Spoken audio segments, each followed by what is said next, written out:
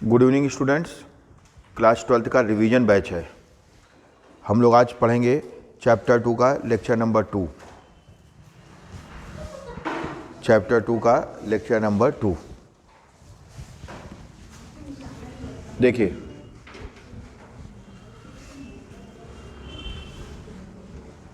बातें मत करें बिल्कुल। कहाँ जा रहे हो?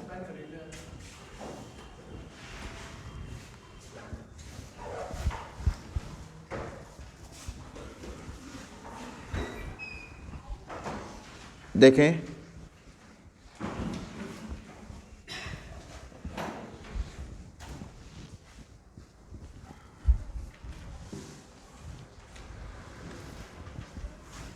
Class 12th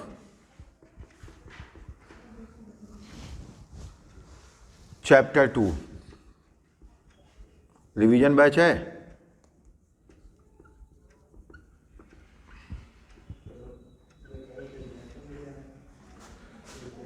chapter 2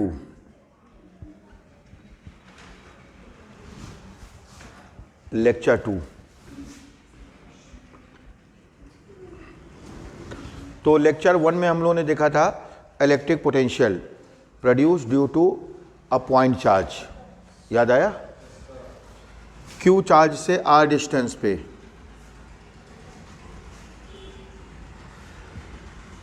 Q charge से आर डिस्टेंस पे कोई पॉइंट था ए, याद आया?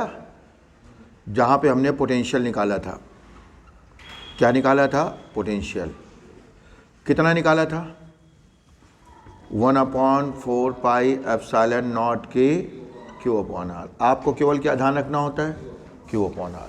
क्योंकि आप जानते हैं फर्स्ट यूनिट में जितने फार्मूले हैं सब में 1/4 पाई एप्सिलॉन नॉट के कॉमन होता है। समझ गए? क्यू चार्ज से आर डिस्टेंस पर इलेक्ट्रिक फील्ड क्या बताया था हमने? Q upon R square. भूल गए? इलेक्ट्रिक फील्ड बताया था Q upon R square. Electric field क्या बताया था? Q upon R square. और potential Q upon are.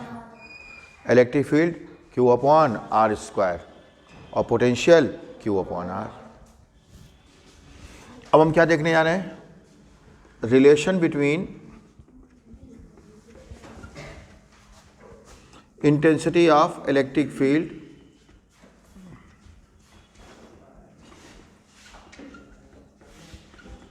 And electric PD.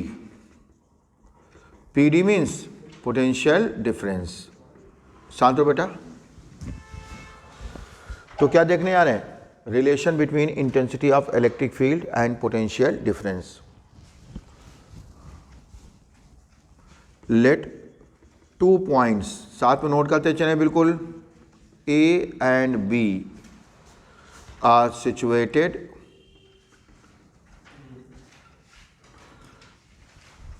in a uniform electric field E vector at a separation small d। देखिए, uniform electric field में 2 points हैं ए और B. साथ में नोट करते चलो बेटा। तो यूनिफॉर्म इलेक्ट्रिक फील्ड में पूरा सिलेबस मिल जाएगा अभी भी। समझ गए? सिलेबस में कोई, हाँ पूरा सिलेबस। हाँ, ये वो टॉपिक जरूर नहीं मिलेंगे जो आउट ऑफ सिलेबस है, जो हमने मेन बैच में पढ़ाए थे पहले। ठीक? रिवीजन बैच में कोई भी टॉपिक छोड़ेंगे नहीं जो आपके सिलेबस का पार्ट है। ठीक है?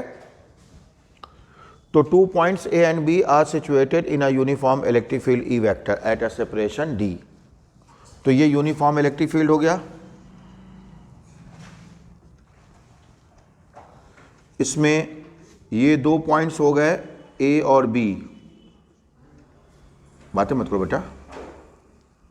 ए और बी। ए का पोटेंशियल मान लेते हैं वी ए है और बी का वी बी। कौन बड़ा होगा? वी ए की वी बी? V A. क्योंकि इलेक्ट्रिक फील्ड की डायरेक्शन में चलने पे पोटेंशियल क्या होता है? डिक्रीज होता है। याद है? इस चैप्टर की स्टार्टिंग हमने इसी से की थी। As we move along the direction of electric field, as we move along the direction of electric field, electric potential decreases at infinity it becomes 0. याद आया? अब कोई टेस्ट चार्ज है जिसको मैं बी से ए पे ले आना है, फोर्स कहाँ लगेगा? इलेक्ट्रिक फील्ड की डायरेक्शन में, पॉजिटिव है ना, पॉजिटिव चार्ज पे फोर्स कहाँ लगता है? इलेक्ट्रिक फील्ड की डायरेक्शन में। कितना फोर्स लगेगा पहले ये निकालें। Electric force acting on test charge plus Q naught,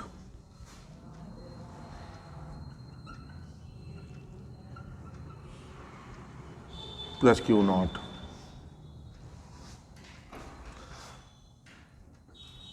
placed in the uniform electric field. कितना हो जाएगा फोर्स की वैल्यू? E Q not. ये कैसे हो गया? क्योंकि F equal to E equal to क्या होता है? F upon Q naught according to definition of intensity of electric field. यही तो डेफिनेशन होती है, E equal to F upon Q naught, E equal to F upon Q naught. तो F equal to क्या हो जाएगा? ई क्यू नॉट। आ गया?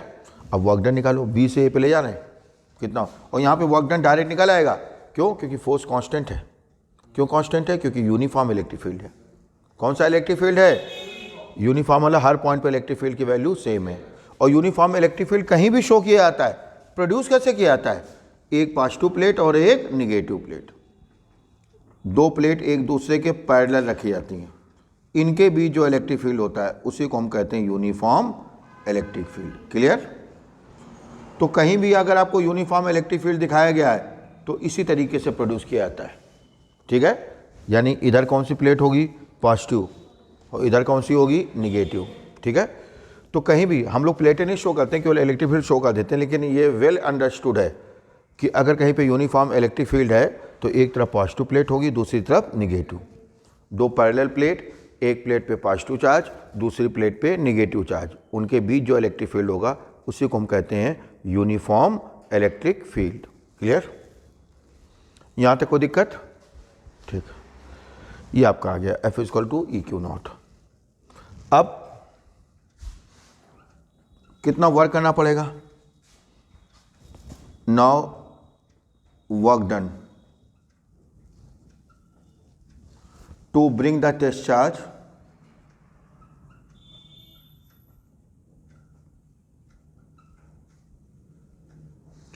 from point B to point A।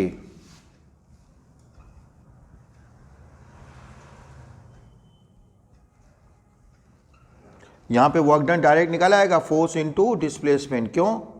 क्योंकि फोर्स कैसा है? कांस्टेंट है। समझ गए ना? W equal to F into D. अब एफ कितना हो गया? E Q naught into D. कहां से वैल्यू रखी हमने एफ की? From equation first. ये वर्क डन आ गया।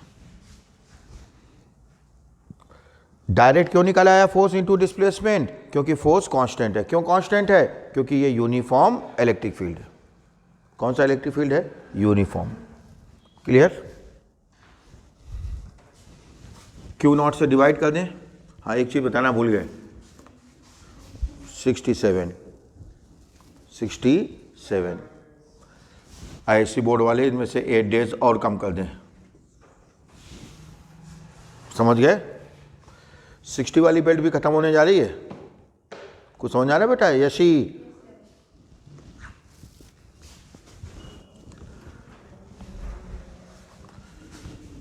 तो W अपॉन क्यू नॉट कितना हो गया? E into D. Equation number second. यहां तक पहुंचे? बिल्कुल साथ में नोट करते चलें। बिल्कुल हमने क्या किया? क्यू नॉट को इधर ले आए, क्यू नॉट से डिवाइड कर दिया। ठीक है? अब according to definition of P D कितना वर्क करना पड़ा बी से ए तक ले जाने में? W। ठीक है? According to definition of P D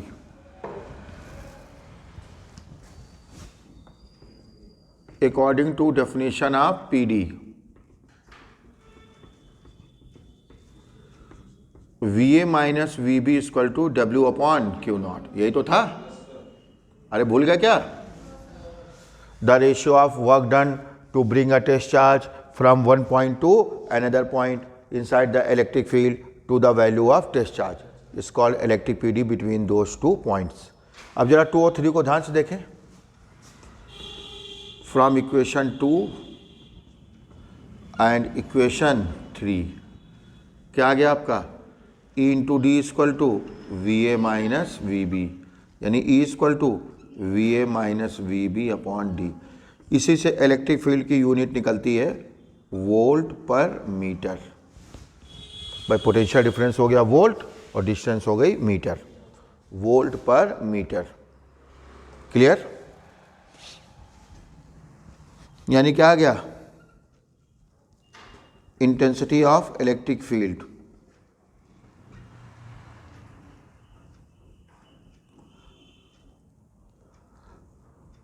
अच्छा, if V A minus V B को वी ले लें, देन वेद आ जाएगा equal to V upon D, P D V equal to E into D. बस ध्यान रखना, इस फार्मूले को याद कैसे रखते हैं, वेद वी ई डी कैसे याद रखोगे, वेद। बस ध्यान क्या रखना है, यहाँ पे v जो है पोटेंशियल नहीं है, पोटेंशियल डिफरेंस है, क्योंकि V A minus V B को v सपोज किया है। किसको v सपोज किया है, V A minus V B को। ठीक है, तो यहाँ पे ध्यान देने वाली बात यह है कि v पोटेंशियल नहीं है, पोटेंशियल डिफरेंस है। और ये जो फार्मूला है वेद, ये 12th फिजिक्स में सबसे ज़्यादा यूज़ होने वाला फार्मूला है। इससे ज़्यादा बार कोई भी फार्मूला यूज़ नहीं होता है। ठीक है, याद कैसे रखते हैं, VED potential difference is equal to electric field into distance, potential difference is equal to electric field into distance, potential difference is equal to electric field into distance. कैसे याद रखते हैं, VED. Clear? Energy gained by a charge particle moving in a uniform electric field.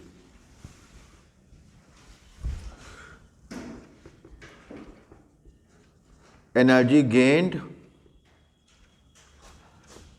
by a charged particle moving in a uniform electric field.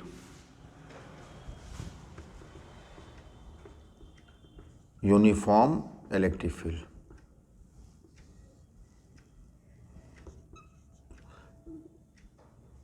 Let us consider a charged particle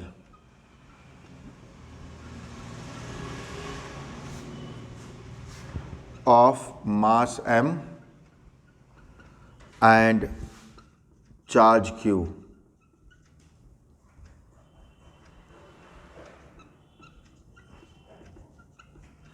Let us consider a charged particle of mass m and charge q.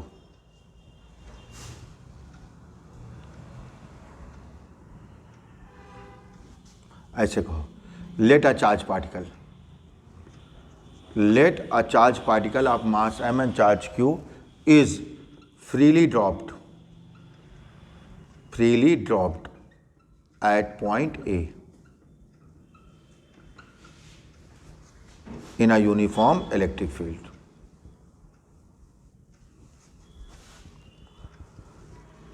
At point A in a uniform electric field.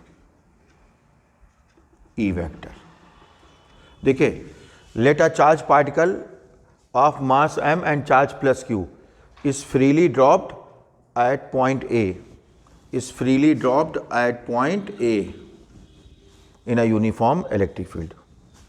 तो देखिए, A पे हमने इसको freely drop किया है, A पे हमने इसको क्या किया है, फ्रीली ड्रॉप।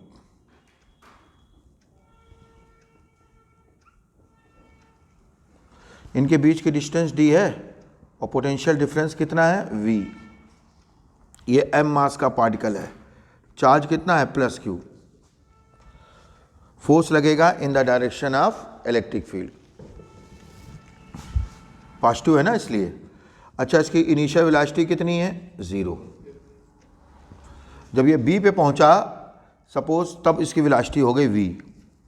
आपको पता है जब कोई पार्टिकल फोर्स की डायरेक्शन में मूव करता है तो उसकी वेलोसिटी और काइनेटिक एनर्जी कॉन्टिन्यूसली क्या होती है, बढ़ती जाती है। ऐसे मोशन को हम लोग क्या बोलते हैं, एक्सीलरेटेड मोशन। क्या बोलते हैं, accelerated.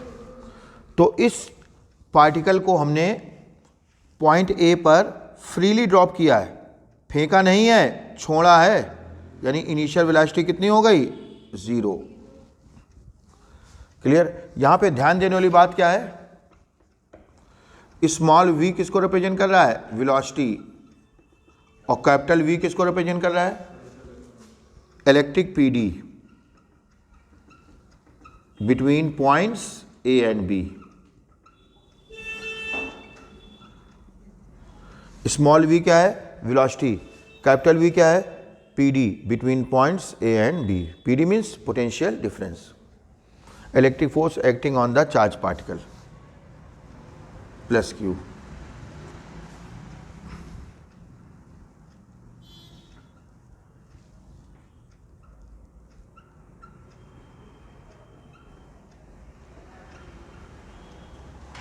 at point A in the uniform electric field। कितना फोर्स लगेगा? F equal to EQ। क्यों? क्योंकि E equal to F upon Q naught होता है, तो F इक्वल टू क्या हो जाएगा? EQ not. अब यहाँ पे चार्ज पार्टिकल पे जो चार्ज है वो Q नॉट नहीं है, Q है, तो F equal to EQ। Acceleration निकालो। हमें यहाँ पे वेलोसिटी निकालनी है B पे, कितनी वेलोसिटी वो गेन करेगा। तो कैसे निकालेंगे? V square equal to U square plus twice AS। अरे थर्ड इक्वेशन, तो उसके लिए हमें एक्सेलरेशन चाहिए ना, नहीं समझे भाई? तीनों इक्वेशन में एक्सेलरेशन होते हैं। Acceleration of the particle,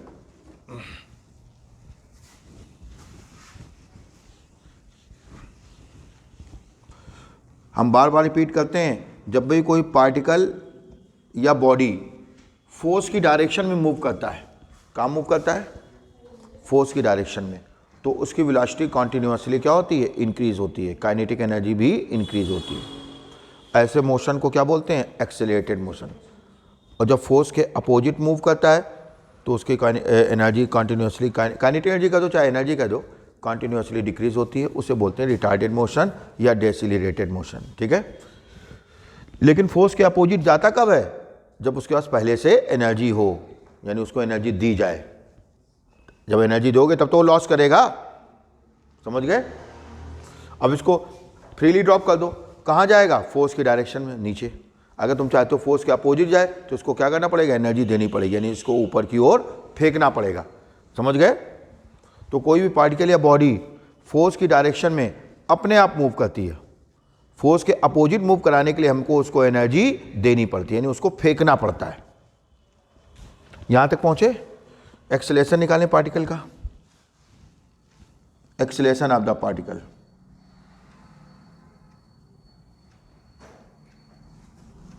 acceleration of the particle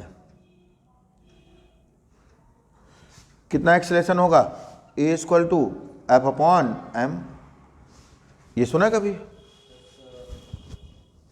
F equal to MA, A equal to F upon M। नहीं जाना है? ये तो जानते होगे कम से कम। F की वैल्यू रख दो,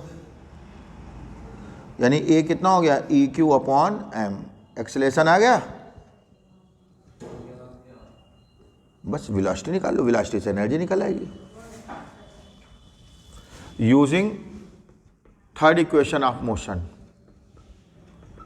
third equation of motion,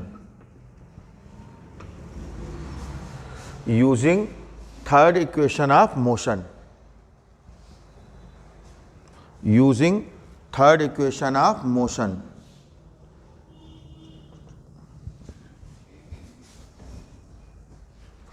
third equation of motion. यहां तक पहुंच गए? क्या होती है third equation? V square equal to U square plus twice AS। वही ट्वाइस AS, 2AS एक ही चीज होती है। V हमें निकालना है, और कई गधे टाइप के बच्चे कैपिटल V ऐसे बनाते हैं, स्मॉल v ऐसे बनाते हैं, बाद में भूल जाते हैं, दोनों को आपस में काट देते हैं। नहीं समझे? क्लियर डिफरेंस होना चाहिए। कैपिटल ए ये है, स्मॉल ए ये है क्या? ये स्मॉल ए है, नहीं समझे? तो क्लियर बिल्कुल बनाओ, ये कैपिटल V और ये स्मॉल v, स्मॉल बीम ऐसे गोल गोल राउंड से बना दो ताकि साफ दिखाई दे कौन पोटेंशियल डिफरेंस है और कौन वेलोसिटी है। समझ गए? नहीं समझे? नहीं पता क्या? तो इनिशियल वेलोसिटी 0 टू ए की वैल्यू क्या निकाली हम लोगों ने, ई क्यू अपॉन एम, और एस की जगह कितना है, डी। ए की वैल्यू हमने इक्वेशन 2 से रखी है, ए की वैल्यू हमने कहां से रखी है, फ्रॉम इक्वेशन 2।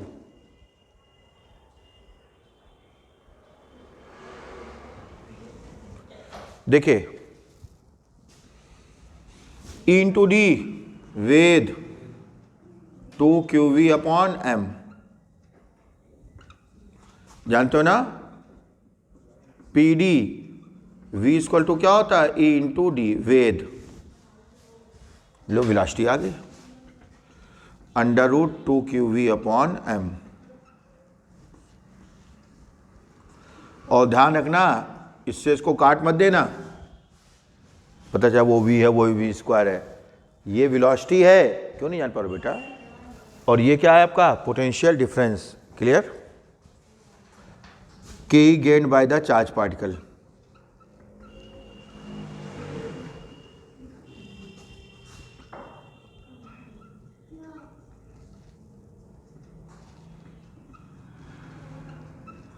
के gained by the charge particle,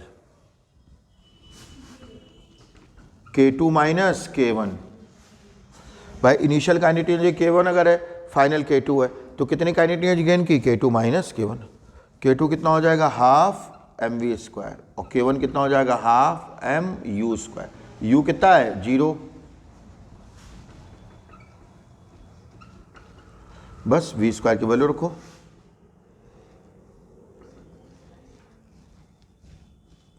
half m, v square की वैल्यू क्या आ जाएगी, 2qv अपॉन m, m से m कैंसिल, 2 से 2 cancel, k equal to q। पहले भी कई बार यूज किया है, फिर भी कई बार यूज करेंगे।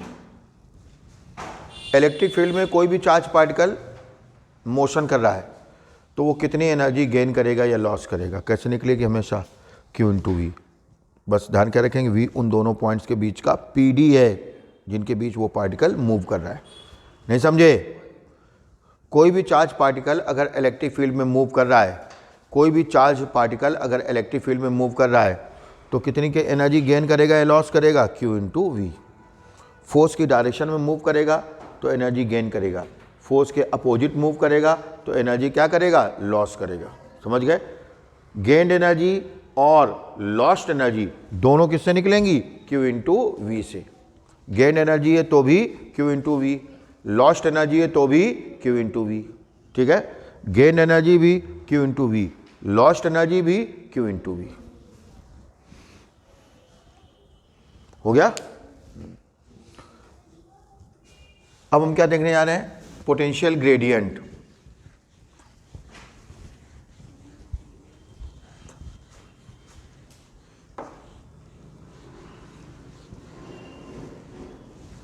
देखिए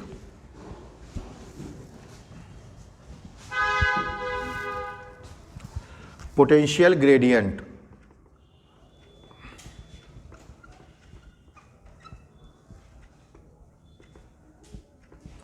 and relation between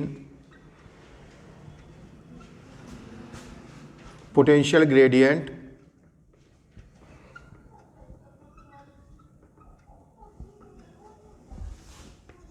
and intensity of electric field, बल्कि ऐसे कहें relation between intensity of electric field, इसको पहले लिखो।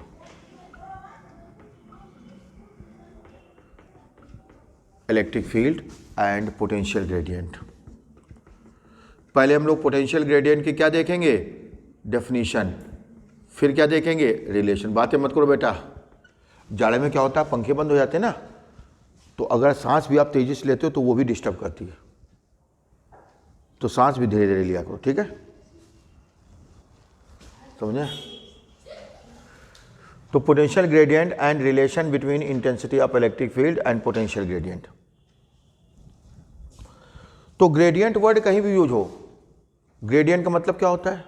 Rate of change of any quantity with respect to distance.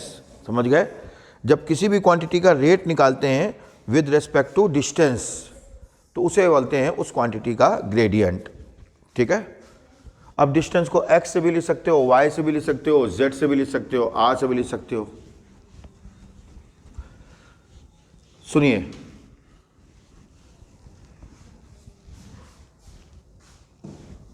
जैसे हमने कहा df अपॉन dx, क्या कहा? df अपॉन dx क्या है ये? Rate of change of force with respect to distance. Rate of change of force with respect to distance. नहीं समझे? ठीक, इसे कहेंगे फोर्स ग्रेडियंट। क्या कहेंगे? Force gradient. अब तो समझ आ रहा होगा, नहीं आ रहा क्या? Rate of change of force with respect to distance is called force gradient. तुम्हें समझ आ रहा है बेटा? Rate of change of pressure with respect to distance, pressure gradient. अब डिस्टेंस को x से, y से, z से या r से किसी से भी लिखो। अब जैसे हमने लिखा dv upon dr, v potential है, क्या हो गया? Rate of change of potential with respect to distance is called potential gradient at that point. Clear? लिखिए, the rate of change of electric potential, the rate of change of electric potential with respect to distance, with respect to distance at a point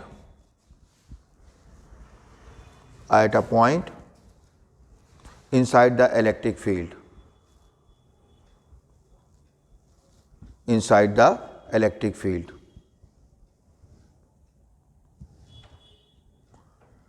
comma, is called potential gradient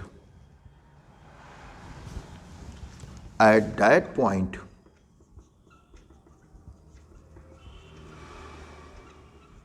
at that point। वैसे कोई particular symbol नहीं है लेकिन small के से represent कर सकते हैं। कोई भी पोटेंशियल ग्रेडियंट हो, कोई भी ग्रेडियंट हो, उसको स्मॉल के से लिख देते हैं हम लोग, dv अपॉन dr। यूनिट क्या होगी इसकी? Volt per metre. Dimension formula, volt की जगह क्या लिखोगे? जूल पर कूलाम। जूल पर कूलाम को ही तो वोल्ट कहते हो। अरे जूल पर कूलाम को ही वोल्ट कहते हैं। जूल का क्या हो गया? ml square t-2। कूलाम का क्या हो गया? AT। और मीटर का क्या हो गया? L। यानी क्या आ गया ये? ml t-3 a-1, ml t-3 a-1। Relation देखेंगे। देखिए, तो ये कोई प्लस क्यू चार्ज है, पॉइंट O पे रखा हुआ है, इससे R डिस्टेंस पे पॉइंट A है।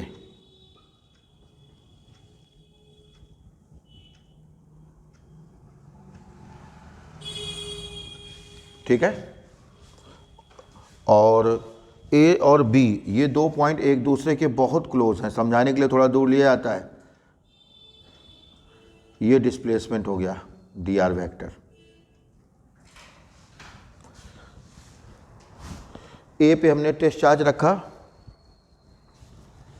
क्या रखा? Test charge. फोर्स कहाँ लगेगा? इलेक्ट्रिक फील्ड की डायरेक्शन, और यहाँ पे इलेक्ट्रिक फील्ड कितना है? E vector. Suppose point A पर कितना इलेक्ट्रिक फील्ड है इसके कारण? E vector. समझ गए? प्लस क्यू के कारण पॉइंट ए पर कितना इलेक्ट्रिक फील्ड है? E vector. ठीक है? तो पहले इस पर फोर्स, सीधे स्मॉल वर्क डन निकाल लो। ए से बी तक लाना है। ठीक है? डायग्राम बन गया ये। और ध्यान रखना, ये नॉन यूनिफॉर्म इलेक्ट्रिक फील्ड है, अलग अलग पॉइंट पे इलेक्ट्रिक फील्ड की वैल्यू क्या होगी, अलग अलग। यूनिफॉर्म केवल तभी होता है जब एक प्लेट पे पॉजिटिव चार्ज हो, एक प्लेट पे निगेटिव, दो पैरेलल प्लेट हो, उनमें से एक प्लेट पे पॉजिटिव चार्ज, एक प्लेट पे निगेटिव चार्ज, उनके बीच जो इलेक्ट्रिक फील्ड होता है वो यूनिफॉर्म। किसी भी पॉइंट चार्ज के कारण जो इलेक्ट्रिक फील्ड होता है वो नॉन यूनिफॉर्म, अलग अलग पॉइंट पे अलग अलग। क्लियर? तो ए से बी तक इसको लाने में कितना स्मॉल वर्क करना पड़ा वो देखेंगे हम लोग। Small work done to bring the test charge plus Q naught from point A to point B.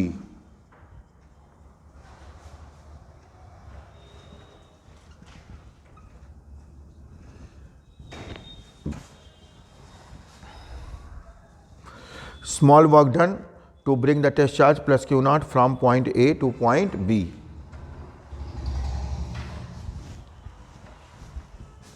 देखिए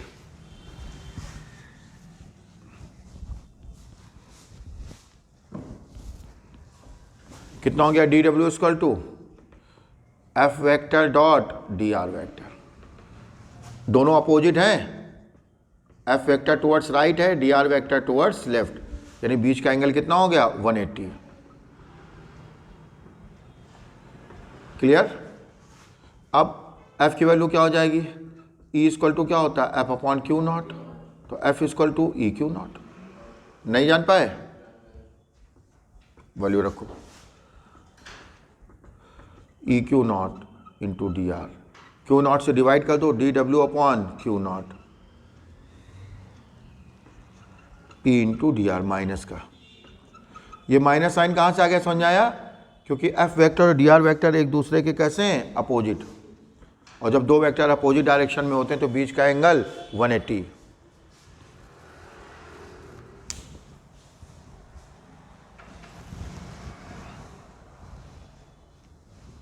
इक्वेशन 1 तक पहुंचे। Small work done to bring the test charge plus Q naught from point A to point B.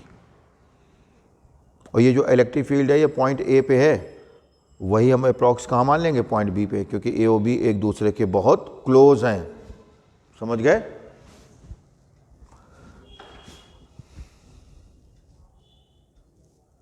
Equation 1 तक पहुंचे। According to definition of PD, according to definition of PD, क्या होता है VB minus we. अच्छा यहाँ VB minus we है क्यों किया, क्योंकि B का पोटेंशियल ज़्यादा है, इलेक्ट्रिक फील्ड के डायरेक्शन में चलने पे पोटेंशियल डिक्रीज होता है। नहीं समझे? ये इस चैप्टर की स्टार्टिंग ही इसी पॉइंट से हुई थी। ठीक है, as we move along the direction of electric field, electric potential decreases and at infinity it becomes 0. तो VB minus VA, W upon Q not होता है। अब क्या कहोगे, since A and B, points A and B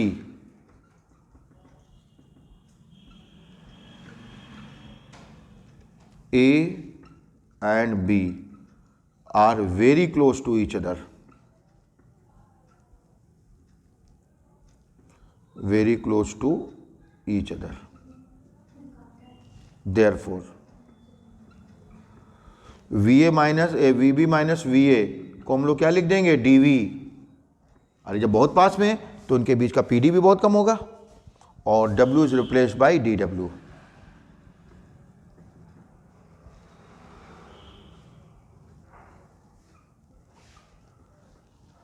अच्छा W जो है वो DW से क्यों रिप्लेस हो जाएगा, क्योंकि जब बहुत पास में है तो वर्क डन भी तो बहुत कम होगा। तो VB माइनस VA किससे रिप्लेस हो जाएगा, DV, और W किससे रिप्लेस हो जाएगा, DW। DV क्यों लिख दिया, DV का मतलब वेरी स्मॉल चेंज, क्योंकि एक दूसरे के बहुत क्लोज हैं। Since points A and B are very close to each other, therefore VB minus VA is equal to DV and W is replaced by DW, and W is replaced by DW। अब जरा देखो from equation 1 and 2, from equation 1 and equation 2 क्या आ गया आपका, ये इसका LHS इसका RHS सेम है ये दोनों, तो वो दोनों भी सेम होंगे। Minus E into D R equal to D V, यानी ई इक्वल टू क्या आ गया, minus D V upon D are.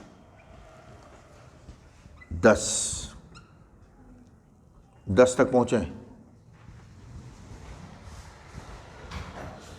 अगर यूनिफॉर्म इलेक्ट्रिक फील्ड है तो हम कौन सा रिलेशन यूज करेंगे, वेद। कौन सा यूज करेंगे, वेद। पोटेंशियल और इलेक्ट्रिक फील्ड में, यूनिफॉर्म इलेक्ट्रिक फील्ड में कौन सा रिलेशन यूज करेंगे, वेद। अगर नॉन यूनिफॉर्म है तो ये E equal to minus D V upon D R. Uniform electric field में क्या यूज करते हैं, वेद। यूनिफॉर्म इलेक्ट्रिक फील्ड में क्या यूज करते हैं, वेद। और नॉन यूनिफॉर्म में E equal to minus D V upon D R. ठीक है, 10 तक पहुंचे। तो क्या रिलेशन हो गया, the negative value of potential gradient, the negative value of potential gradient at a point inside the electric field is equal to intensity of electric field at that point. नहीं समझे, ध्यान रखना, नॉन यूनिफॉर्म में इसको use करेंगे और uniform के लिए किसका यूज करेंगे, वेद। वो तो बहुत सिंपल है, लिखिए 10 comma inverted comma, the negative value of potential gradient, the negative value of potential gradient at a point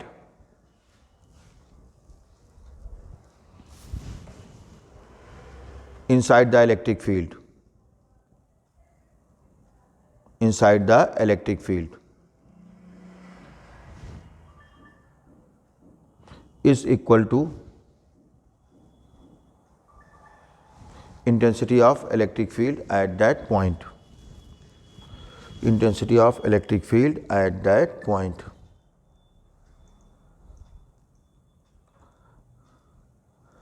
intensity of electric field at that point. Clear?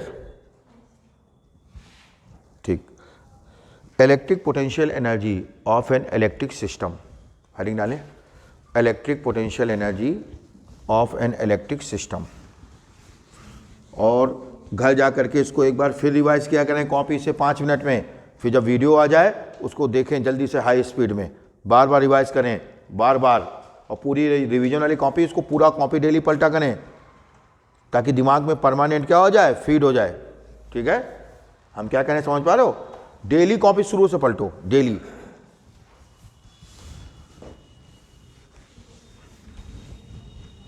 Bar bar revise करो ताकि ये सारे फार्मूले, सारी डेफिनेशन सब दिमाग में फीड होती चली जाएं।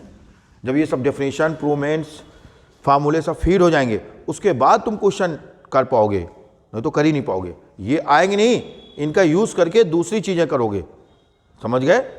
डायरेक्टली तो बहुत कम क्वेश्चन आते हैं, डेफिनेशन लिखो, फार्मूले, उसका यूज़ करके जो दूसरे क्वेश्चन बनते हैं, जो कि हम लोग उसमें देखते हैं प्रीवियस ईयर पेपर्स में। ठीक है, समझ आई बात। तो electric potential energy, electric potential energy of an electric system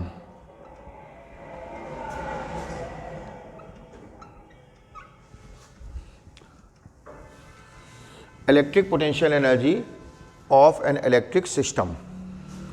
electric system जानते हैं ना, कॉम्बिनेशन ऑफ 2 और मोर charges.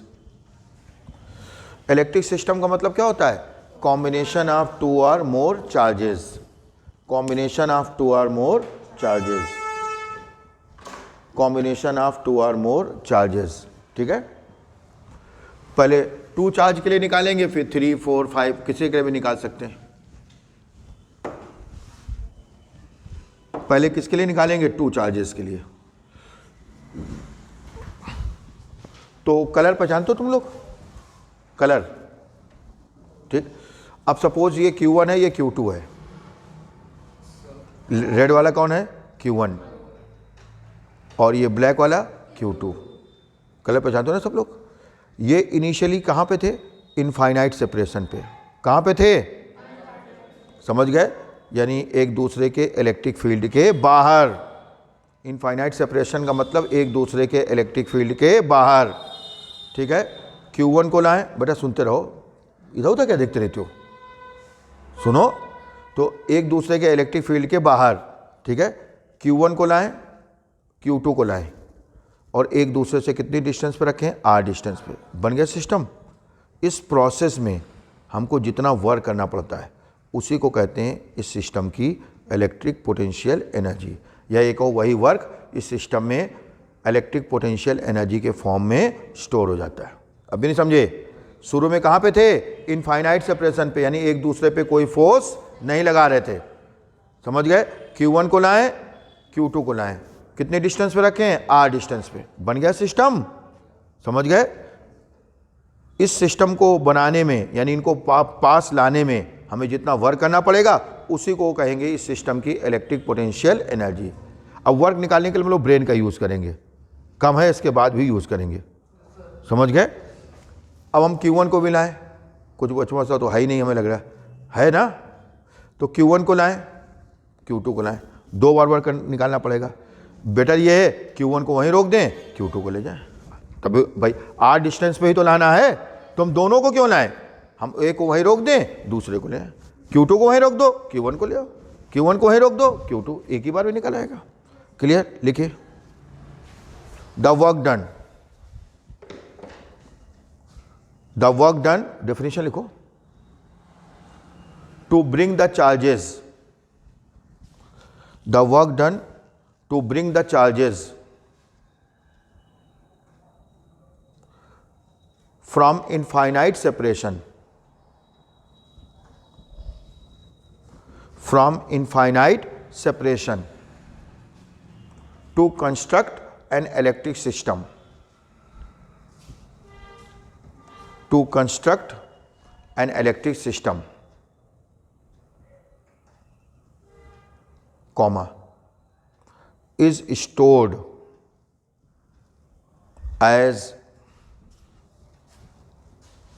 electric PE, PE means potential energy, is stored as electric PE in that system, in that system। देखिए अब Q1 जो है ये point A पे है और Q2 पॉइंट B पे नहीं है। कहाँ पे है? इनफाइनाइट पे। तो दोनों के बीच का सेपरेशन इनफाइनाइट हो गया, इनफाइनाइट डिस्टेंस हो गए दोनों के बीच। हम दोनों के क्यों ना Q1 को यहीं रोक दें, Q2 को ले आए। तो ये सिस्टम बनने से पहले और ये सिस्टम बनने के बाद। क्लियर? तो ये सिस्टम बनने के पहले था और ये सिस्टम बनने के बाद। ठीक है? तो पहले हम इसके कारण यहां पे पोटेंशियल निकालें। Electric potential produced at point B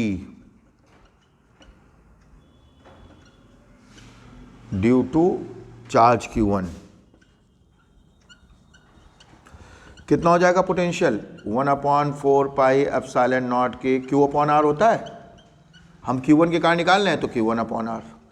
अब यहाँ पे वर्क डन हम वैसे नहीं निकालेंगे कि पहले स्मॉल वर्क डन निकालें फिर इंटीग्रेट करें। निकालने को आप वैसे भी कर सकते हो, उतना लंबा क्यों करेंगे? आप पोटेंशियल से निकालें वर्क डन, एक स्टेप पे निकल आएगा।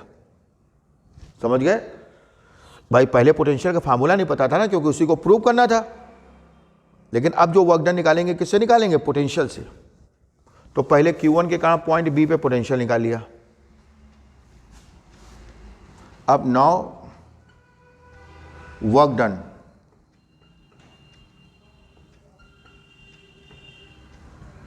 to bring the charge Q2 from infinity to point B, from infinity to point B, W equal to V into Q2। ये कहाँ से आ गया?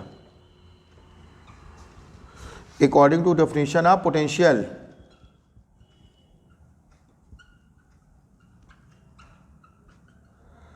According to definition of potential क्या होता है, V equal to W upon Q not.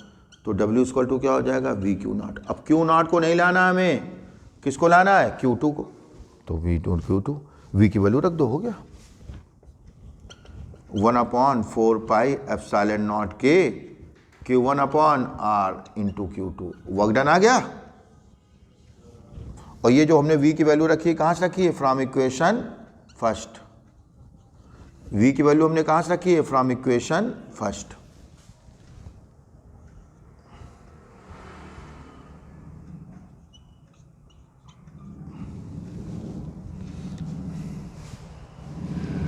V की value, work done आ गया।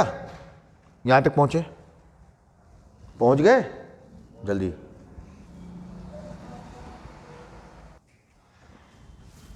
This work done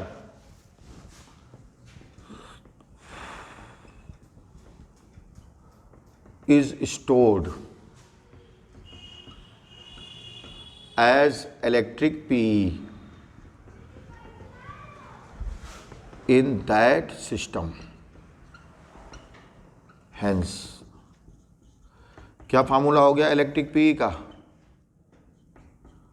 U equal to 1/4 pi epsilon naught के Q1 Q2 अपॉन R।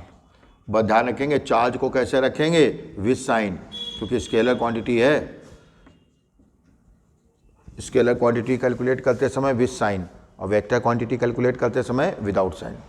समझ गए। लेकिन ये तो दो चार्ज के लिए है, अगर दो से ज़्यादा हो तो अरे दो दो के पेयर बना लो, दो दो के क्या बना लो, पेयर। समझ गए।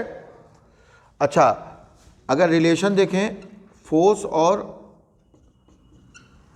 पी के बीच, और ये जनरल रिलेशन है, हर जगह काम आएगा। क्या रिलेशन होता है, U इक्वल टू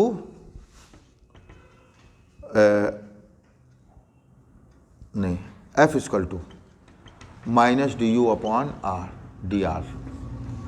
ये यूनिवर्सल रिलेशन है। अब जैसे U का यहाँ वैल्यू रख दो, डिफ्रेंशिएट कर दो, F आ जाएगा 1/4 pi epsilon not Q1 Q2 upon R²। नहीं समझे। क्योंकि कोई भी पोटेंशियल एनर्जी हो बगैर फोर्स के डेवलप ही नहीं होती है। कोई भी पोटेंशियल एनर्जी हो बगैर फोर्स के डेवलप ही नहीं होती है। और ये फोर्स और पोटेंशियल एनर्जी में क्या है, रिलेशन। केवल इसके लिए नहीं, हर पोटेंशियल एनर्जी के लिए, दुनिया की हर पोटेंशियल एनर्जी के लिए यही फॉर्मूला लगता है। ठीक है। For the system of three charges, for the system of three charges,